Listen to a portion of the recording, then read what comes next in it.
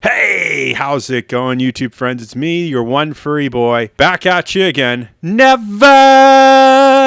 And you're watching The Never Show. Yes, the only show with lemon-scented limes, lest I forget, and the only show with a supernatural, super awesome third eye. I mean, why ask why? Why wouldn't you want a third eye? And it's Wednesday again, my friends. That means we review the movies, and today is a special day because it's a double feature here on The Never Show.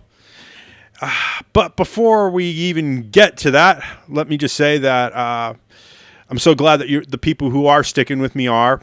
I understand the YouTube algorithm is a giant mess right now, so I'm going to say a few things, some keywords here to help us along in the YouTube algorithm. Home loans, low interest rates, zero down financing, new cars. Yeah, wink. Because you can't see me winking because no face cam. But yeah, I wish I could say I know what's going on during this ad-apocalypse. I don't. And I wish I could figure out why that's affecting my sub count, my view count, and all that stuff. But I wish I could make everybody happy all the time, and obviously I can't.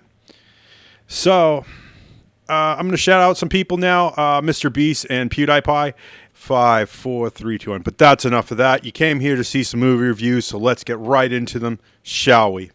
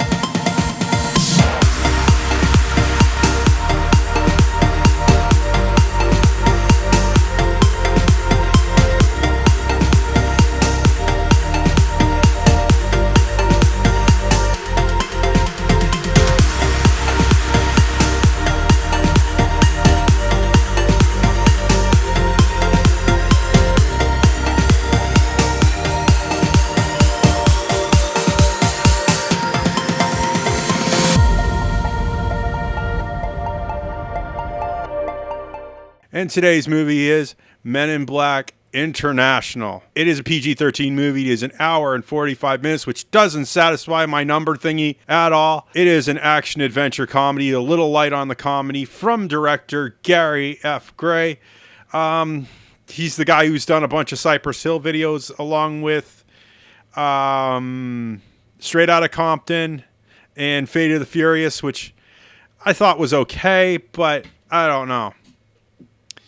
Written by Matt Holloway and Art Markham. Based on the characters of Lowell Cunningham. I just wish this was... I wish there was some more writing in this. I don't know what went wrong here, but it just felt really wrong with the writing. Chris Hemsworth. I couldn't tell if he was just phoning it in or playing around, but he is the of Agent M or Agent H. And Teresa Thompson, I feel like she really played this seriously and she played it straight up. And I don't know if it was just her character, but her playing against Chris Hemsworth just didn't seem to work out. There was no chemistry. Kumala Hajin, if I'm pronouncing it right, is Pawnee. I loved his voice as Pawnee. It was hilarious. Just not super giggly. Emma Thompson at Agent O. Liam Neeson. Good to see him not in a revenge movie. Oh my gosh, I swear. He must have been cast in too many revenge movies. But he was very good as High Agent T. Our production companies were Columbia Pictures, Sony Pictures Entertainment, Amblin Entertainment, Origin Films, Park, plus McDonald Image Nation. Never heard of them before. That seems like a new name to me. Trent Pictures, Hideaway Entertainment. There seems to be another name. Our distributor here in the good old United States of America. God bless America. Land that I love was Columbia Pictures. Our special effects were double negative. Rodeo VFX, Sony Pictures Imageworks, Method Studios, Territory Studios, and Vinizage. For a picture of this quality, I feel like there should have been more visual effects. Happened here is a lot of things looked really played out or very video gamey, and at one point I thought I saw Pokemon. My thoughts on the film, just to cut it really short and sweet, it's kind of boring. I was really hoping something better from the Men in Black universe. I feel like Columbia Pictures and Sony Entertainment really botched this one. And with Chris Hemsworth being so hammy and trying to be over charming and nonchalant secret agent man, it kind of was a letdown. I don't know what went wrong, but they didn't get the formula right for a Men in Black, and this seems like an unnecessary sequel. And you know my thoughts on sequelitis. It just goes downhill from here. I feel that I have not been dazed and dazzled by the decadence of one too many films. So, yeah, it's a 5.6 on IMDb. It is a 24% on Rotten Tomatoes and a 56% with a 56% audience score. I feel it's not unwatchable, and super low scores kind of make me uncomfortable because someone's out there's got to like this, although it's not very comical, and some of the comedy bits just felt like they fell flat, and I think it was because Chris Hemsworth nonchalant. I do want to see what CinemaSins thinks, just because this seems like some very fertile ground for them to work with, and if I smell something rotten in Denmark, then obviously they're going to rip it apart, just to be honest with you. My rating system, I see this as a TV watch. Men in Black has kind of faded off into the distance for me. I don't see this as a DVD buy, and I definitely see this as a theater pass. So hang in there. We got one more movie to go right after this.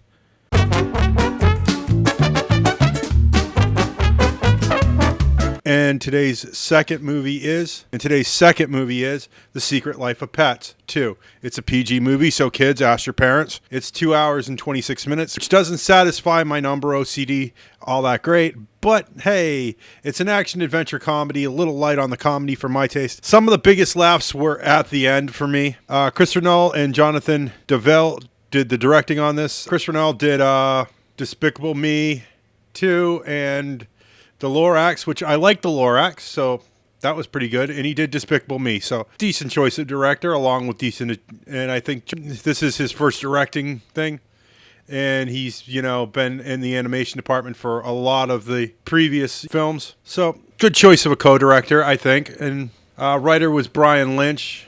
He did the original Secret Life of Pets. You got the original writer, so it's got the same feel. Patton Oswalt is the voice of Max. As you know, Louis C.K. was the original voice of Max. There was some unpleasant things that he did, and they apparently put someone else in the voice seat, and I didn't recognize the change at all. Kevin Hart is Snowball. Snowball's always ridiculous. Harrison Ford is Rooster. I think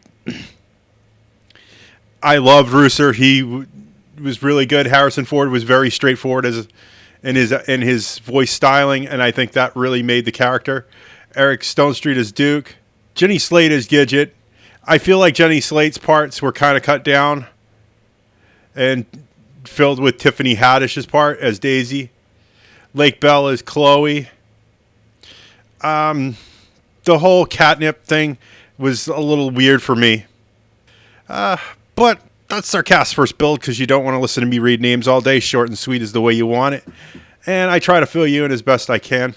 Our production companies were Universal Pictures, Illumination Entertainment, because the Minions are involved somehow, Denensu, in association with Fuji Television Network, and Universal Animation.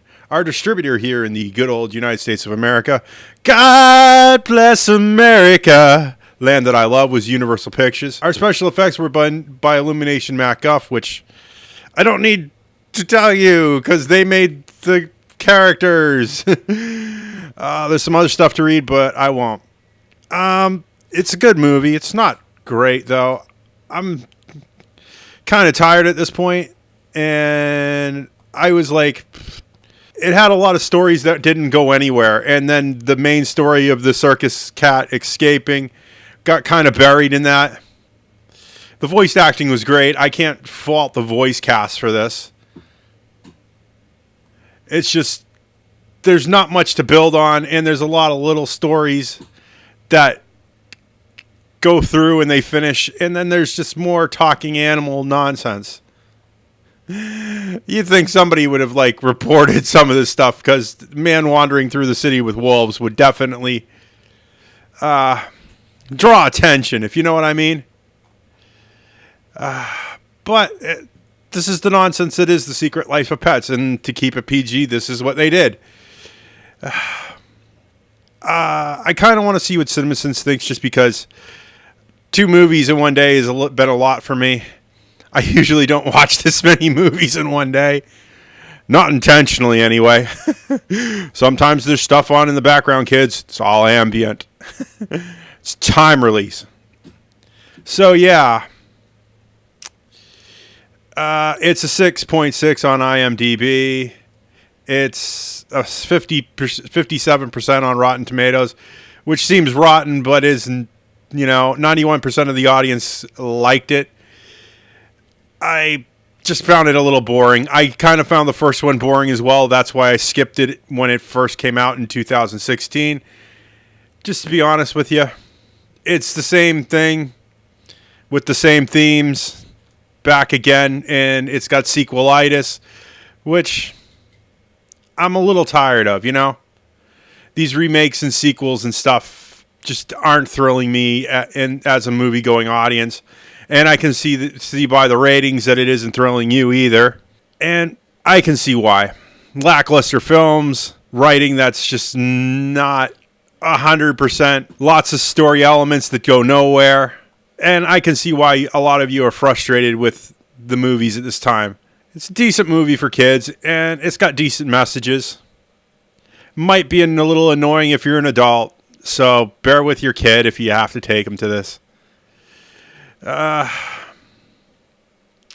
definitely don't see this as a TV watch. I can't watch the first Secret Life of Pets all the way through without falling asleep, and this one's definitely another sleeper for me. I'm going to pass on a DVD buy just because there's other things I want to buy, and DVDs are kind of expensive right now. I'm going to pass on a theater rewatch because kids' movies and me don't mix so well. And I just don't want to have parents, sitting next to me angrily. With all that said, if you like what you see in here, make sure you click that like button. It means absolutely everything to me. More likes means this video gets shared elsewhere on YouTube, which means, more people get to see me. And with the ad-apocalypse of Vox going on and YouTube just hiding me in the basement behind the water heater here, kind of really need your help. Remember, all comments are 100% guaranteed response. Tell me your realities, your fan fictions, your tales of ennui, your tales of yay. If you like these movies, if you hated these movies, why? The comments are there for you. With all that said, I have to ask. I have an Amazon. I have a Patreon. It is not without your donations that keeps this channel afloat. I cannot say that enough. You don't realize how little I have to do so much. Thank you for your donations and supporting my American dream. And with all that said, for a final time, because it's a bit of a running joke on my channel, if you want to see more of this nonsense, make sure you click that subscribe button and that little bell icon. Ring-a-ding-ding. Ding. And I will see you all in the next movie review. Bye!